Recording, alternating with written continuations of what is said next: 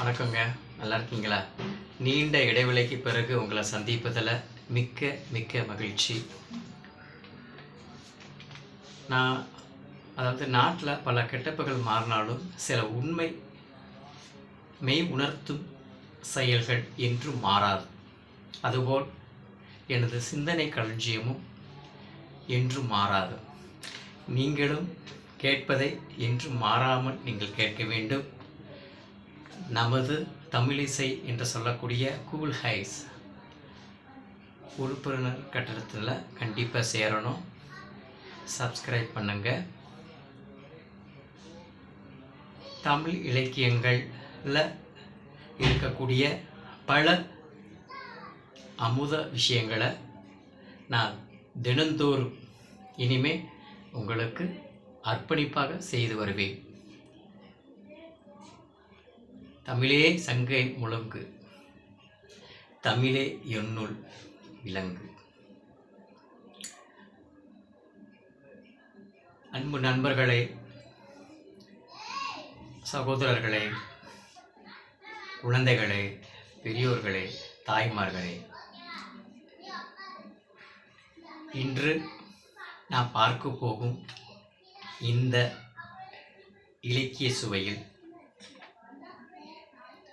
என்ன பார்க்க போகிறோம் அப்படின்னு பார்த்தீங்கன்னா, கண்டு பீடி அவளை கண்டு பீடி, களவாணி சென்று விட்டால் கண்டு பீடி, கண்டு பீடி அவளை கண்டு பீடி, என்னை களவாணி சென்று விட்டால் கண்டு பீடி.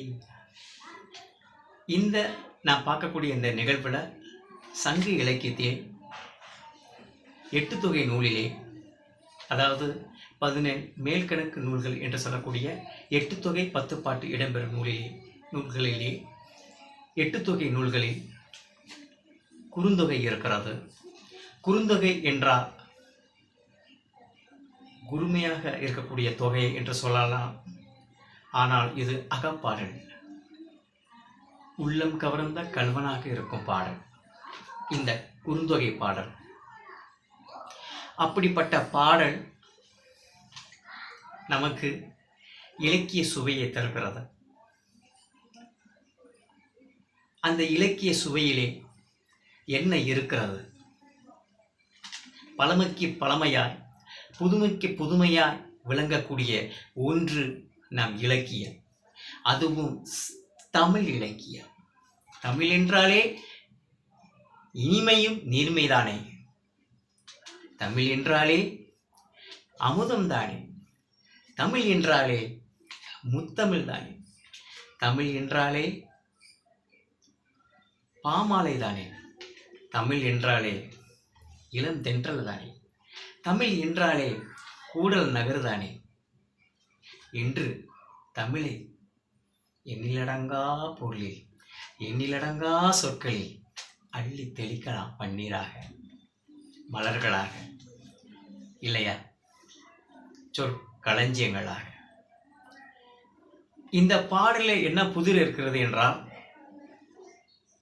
இந்த பாடலில் எழுதியவர் ஒரு புதிராகத்தான் இருக்கிறது. காரணம், பாடல் ஆசிரியர் சரியாக தெரியவில்லை. ஆகையால் நாமே பெயர் வைத்து விட்டோம். ஏனென்றால் அந்த பாடலில் ஓரூர் பிச்சை என்ற சொற்கள் அமைந்துள்ளது.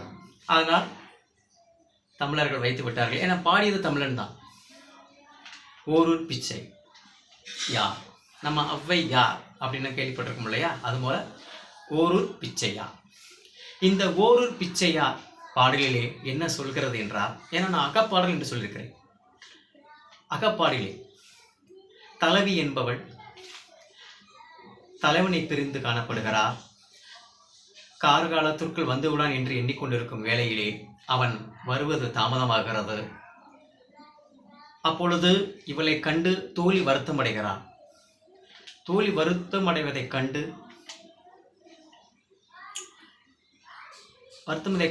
தலைவி